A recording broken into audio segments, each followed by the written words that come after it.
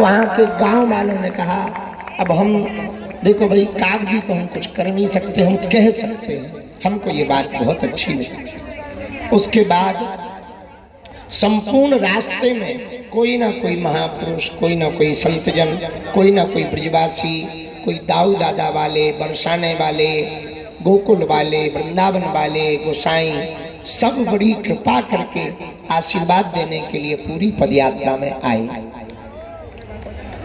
आज की पदयात्रा विश्राम तो हो गई, पर ज्यों-ज्यों कल नजदीक आ रहा, मन उतना ही बेचैन और घबरा रहा।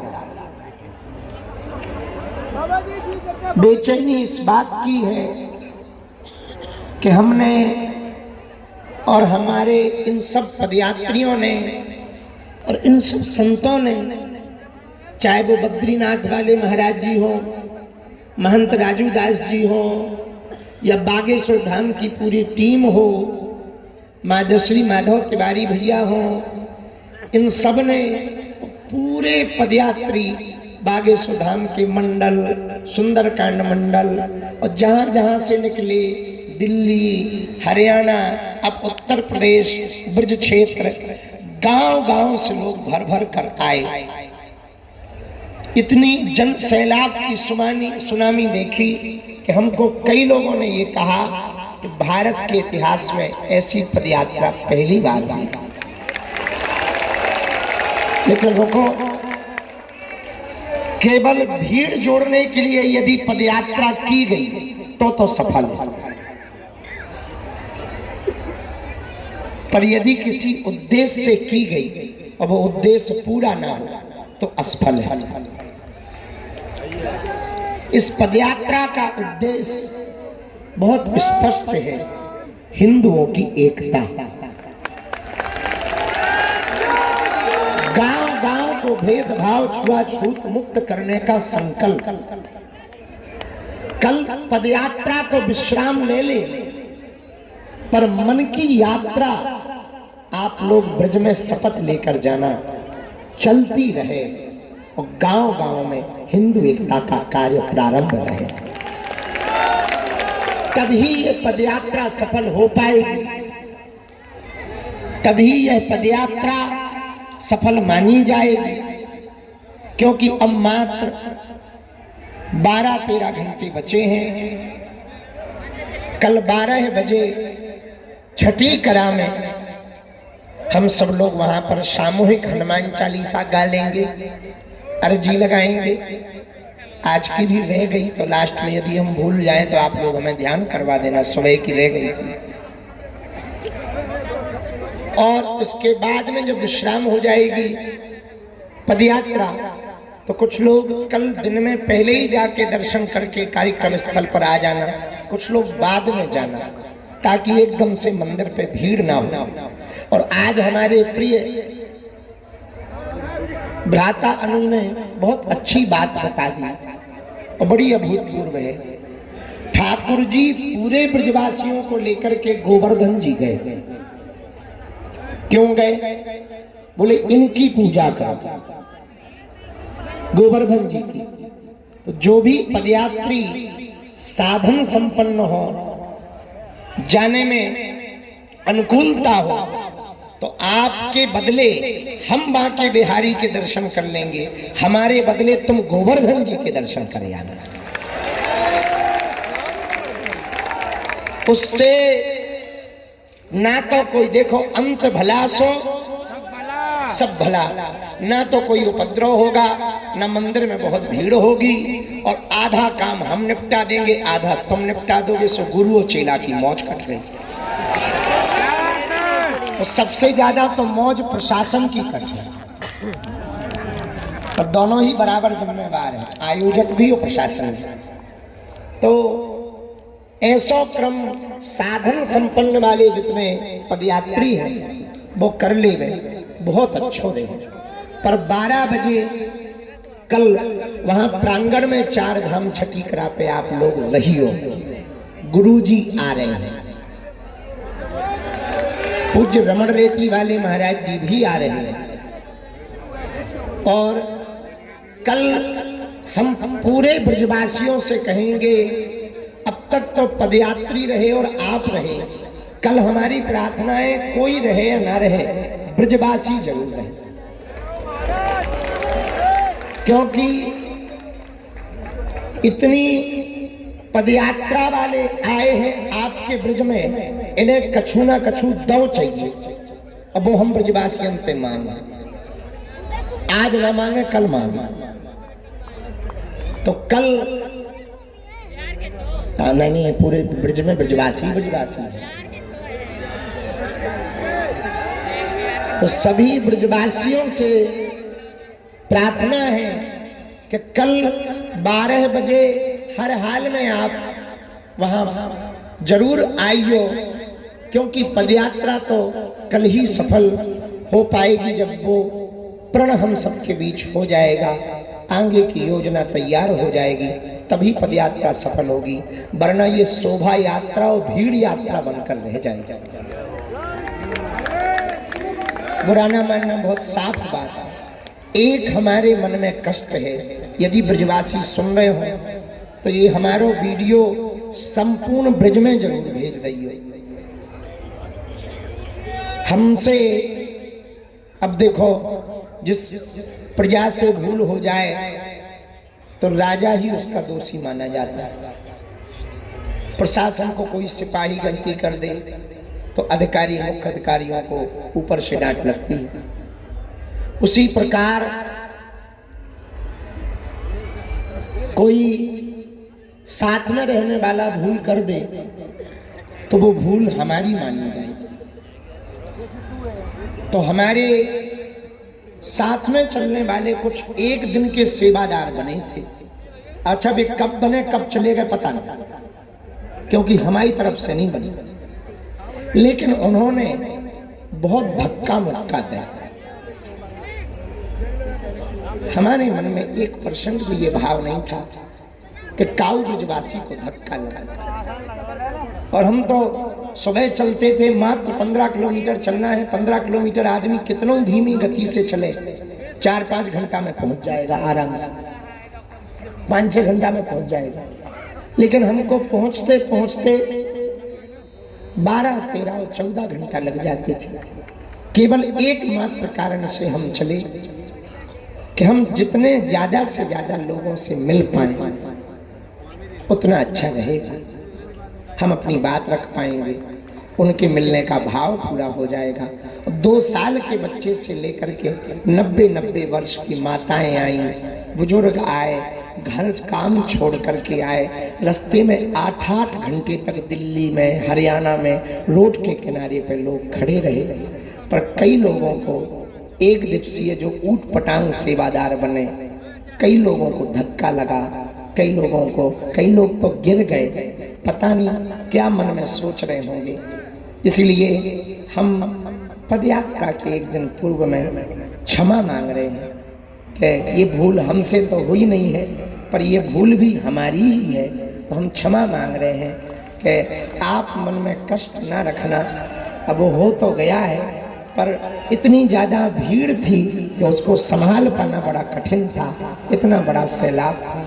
तो हम हाथ जोड़कर, नाक रगड़कर संपूर्ण ब्रजवासियों से क्षमा मांग रहे हैं, ताकि, क्योंकि आप ठाकुर जी के प्राण हो और हमको तो आप सब में ठाकुर जी ही दिखाई पड़ते। ये बात देखो, ना तो हमें नेताजी बनना है, ना हमारे कोई ऐसा कोई निजी स्वार्थ तो है नहीं। ये बात हम बहुत श्रद्धा पूर्वक कह रहे हैं कि बहुत कष्ट हुआ होगा, उसके लिए हमारी भूल है। हमारे जो पदयात्री चल रहे थे, हम और अभी भैया बैठ के यही बात कर रहे थे, आप लोगों को इतना कष्ट हुआ। कोई बिहार से घर छोड़ के आया, कोई महाराष्ट्र से घर छोड़ के आया, कोई गुजरात से आया, कई बच्चा तो नौकरी छोड़ करके आया, और कई लोग तो परिवार में बीमारी है। एक बालक हमें मिला, उसकी माताजी हॉस्पिटल में वेंटिलेटर पर, तो वो छोड़ के आ गया। तो हमने पूछा कि नालायक हो क्या, मूर्ख हो? बोला गुरुजी, जो भगवान ने रचा होगा, माता जी की अवस्था वृद्ध है सो होगा, लेकिन यदि आज हम हिंदू होकर आपका साथ नहीं देंगे तो हिंदू जग जाएगा।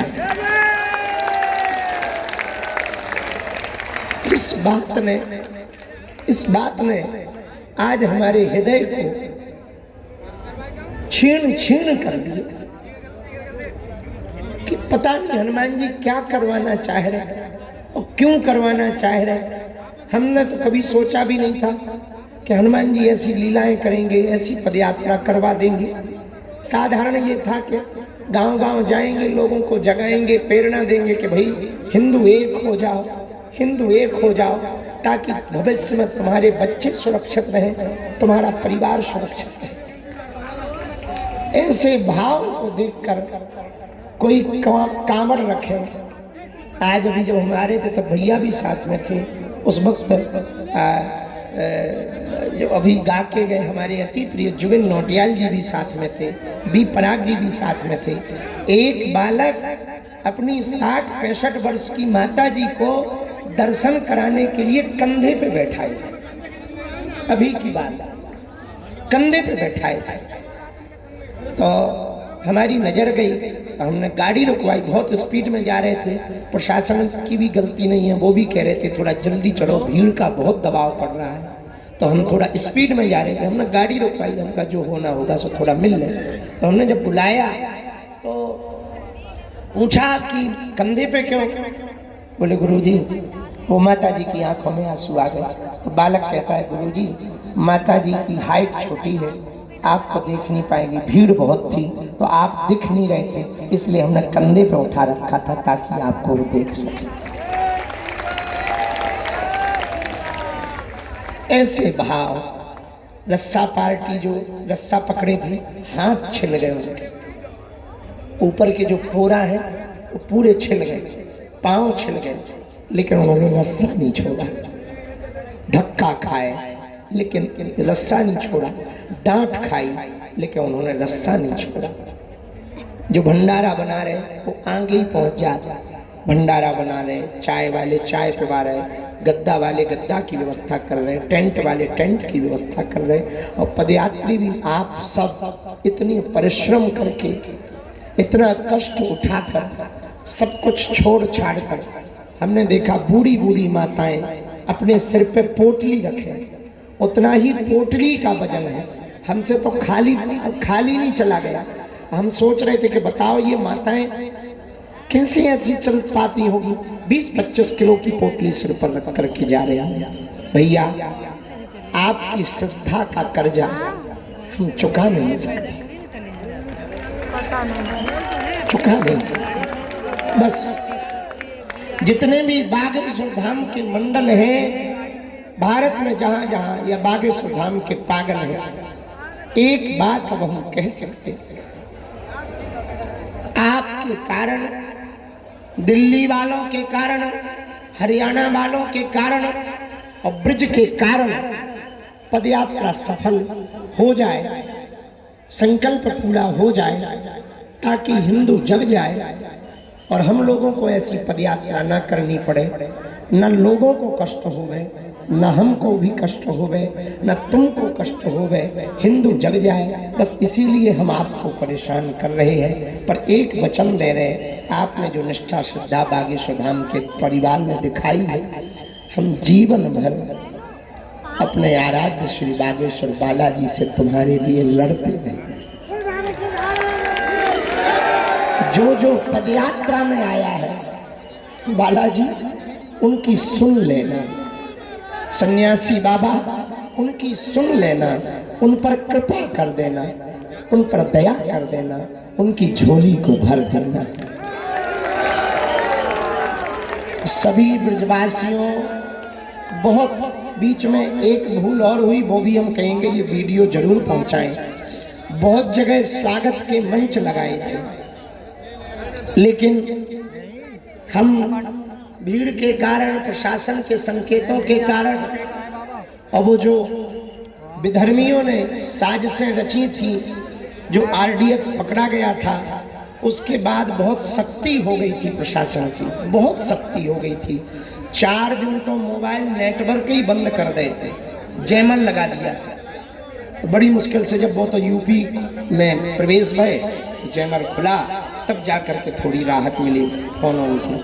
तो बहुत लोगों ने मंच बना करके फूल माला की व्यवस्था रखी थी।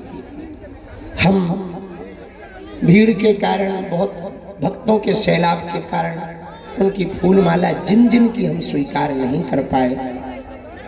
भैया अब क्या कहें, अब ये तो कह नहीं सकते कि हम दोबारा आए, ये कह सकते हैं कि ठाकुर जी दया करें, जहाँ जहाँ से हम निकले हैं ऐसी भगवान लीला करें कि कोनो न कोनो साल में हमारी वहाँ कथा हो।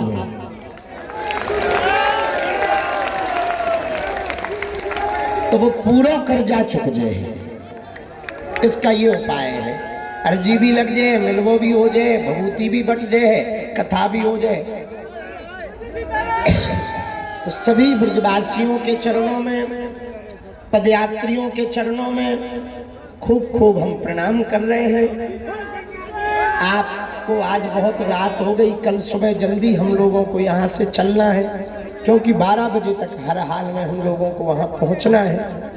तो सभी माता भाई सब जन खूब विश्राम करो, दबा के 7 बजे तक सो, नहीं 6 बजे तक, क्योंकि 7 बजे चल देंगे तब 12 बजे पहुँचेंगे। और कल रास्ता में जितने भी लोग खड़े हों, हमारी प्रार्थना स्वीकार कर लें कि आप लोग रास्ता में खड़े ना होके जहाँ कार्यक्रम स्थल है वहीं पहुँच जाएं, ताकि बीच में हमारा टाइम कम लगे और वहाँ कार्यक्रम स्थल पर हम सबका अभिवादन और सबको प्रणाम कर लेंगे, सबकी सीताराम ले लेंगे। अब बहुत बातें अब क्या कह दें, सब बातें आज हो ही गई हैं, खूब आनंद आया है। बस जो पदयात्रा का संकल्प है भगवान कृपा करें वो पूरा हो जाए।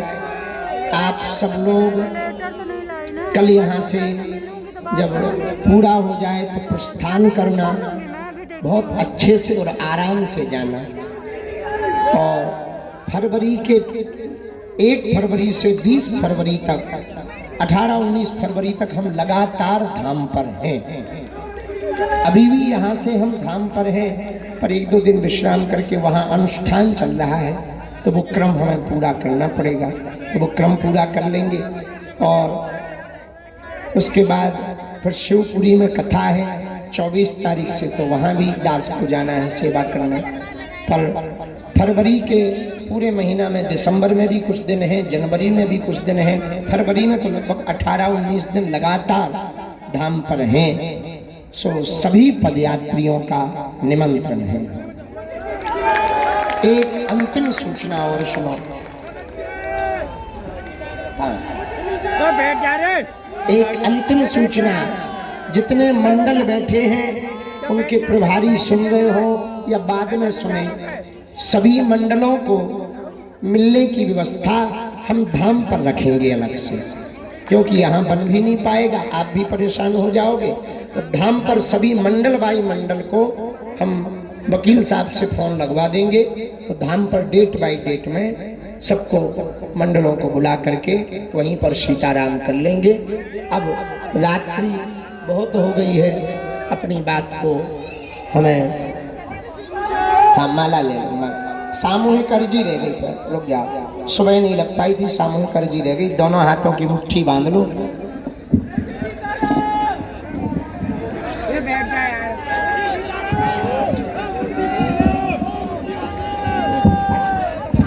अभी जो मंच वाले हैं वो बैठ जाओ, नहीं तो तुम्हारी अर्जी ना लगे बाद में मत करना। पीछे ही बैठ जाओ, पीछे उठ के बैठ जाओ।